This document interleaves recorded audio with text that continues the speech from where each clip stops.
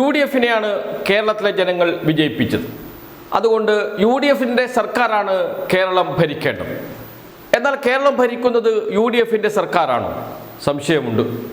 സംശയം ഇന്ന് തുടങ്ങിയതല്ല, നേരത്തെ തുടങ്ങിയതാണ്. അന്നൊക്കെ മാധ്യമങ്ങളും പ്രതിപക്ഷവുമൊക്കെ ആരോപണങ്ങൾ ഉന്നയിച്ചിരുന്നു പല നിയമനങ്ങളെക്കുറിച്ചും.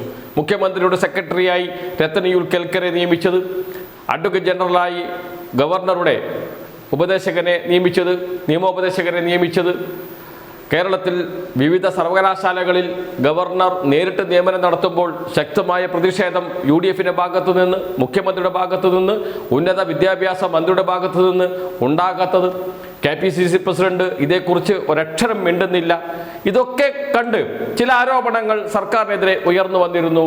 ആ ആരോപണങ്ങൾ ഉയർത്തിക്കൊണ്ടുവന്നത് പ്രതിപക്ഷവും ചില മാധ്യമങ്ങളും ഒക്കെയാണ്. എന്നാൽ ഇന്നിതാ കോൺഗ്രസിൻ്റെ സംസ്ഥാന ജനറൽ സെക്രട്ടറി തന്നെ ഗുരുതരമായ ആരോപണവുമായി രംഗത്ത് വന്നു. അദ്ദേഹത്തിൻ്റെ ആരോപണം N. ശേഷാദ്രിനാഥനെ സംസ്ഥാന തെരഞ്ഞെടുപ്പ് കമ്മീഷണറായി നിയമിച്ചതിന് എതിരെയാണ്. N. ശേഷാദ്രിനാഥൻ ജില്ലാ ജഡ്ജിയായിരുന്നു.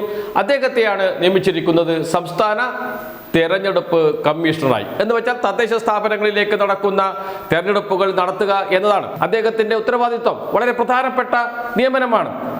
പക്ഷേ PM നിയാസിൻ്റെ ആരോപണം, KPCC ജനറൽ സെക്രട്ടറിയുടെ ആരോപണം, അദ്ദേഹം ഒരു സംഘപരിവാറുകാരനാണ് എന്നാണ്. കടുത്ത സംഖ്യയാണ് എന്ന ഭാഷയാണ് അദ്ദേഹം ഉപയോഗിച്ചത്. കടുത്ത സംഖ്യയെ എന്തിന് സംസ്ഥാന തെരഞ്ഞെടുപ്പ് കമ്മീഷണറായി നിയമിച്ചു?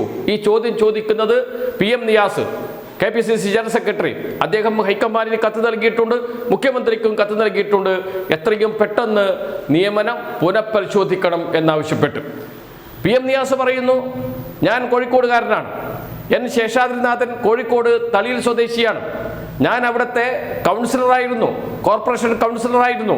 എനിക്കറിയാം അദ്ദേഹത്തെ വളരെ വളരെ നന്നായി. അദ്ദേഹം കോഴിക്കോട് ബാറിലെ അഭിഭാഷകനായിരുന്നു. ഞാനും അതേ ബാറിലെ അഭിഭാഷകനായിരുന്നു. എനിക്കറിയാം അദ്ദേഹത്തെ, എനിക്ക് നേരിട്ട് ബോധ്യമുണ്ട്. N. ശേഷാദ്രിനാഥൻ ഒരു സംഘപരിവാറുകാരനാണ്, സംഘപരിവാർ അനുഭാവിയാണ് എന്ന്. എന്തിനാണ് അദ്ദേഹത്തെ ഇത്രയും പ്രധാനപ്പെട്ട പോസ്റ്റിൽ നിയമിച്ചത്? ഇതിനു വേണ്ടിയിട്ടാണോ? സംഘിയെ പ്രധാനപ്പെട്ട പോസ്റ്റിൽ നിയമിക്കുന്നതിന് വേണ്ടിയിട്ടാണോ ഞങ്ങൾ 10 വർഷം തല്ലുകൊണ്ടത്? ഈ ചോദ്യമാണ് PM നിയാസ് ചോദിക്കുന്നത്. അതോടൊപ്പം അദ്ദേഹം ഗുരുതരമായ ആരോപണം പാർട്ടിക്കെതിരെ, കോൺഗ്രസിനെതിരെ ഉന്നയിക്കുന്നു. ഏത് ഫോറത്തിൽ ചർച്ച ചെയ്തു? ആരോട് ചോദിച്ചു? കോഴിക്കോട് നിന്ന് ഒരു നിയമനം നടത്തുമ്പോൾ കോഴിക്കോട് നിന്നുള്ള KPCC ജനറൽ സെക്രട്ടറിയായ എന്നോട് ഒരു വാക്ക് ചോദിക്കാമല്ലോ, DCC പ്രസിഡന്റിനോട് ഒരു വാക്ക് ചോദിക്കാമല്ലോ.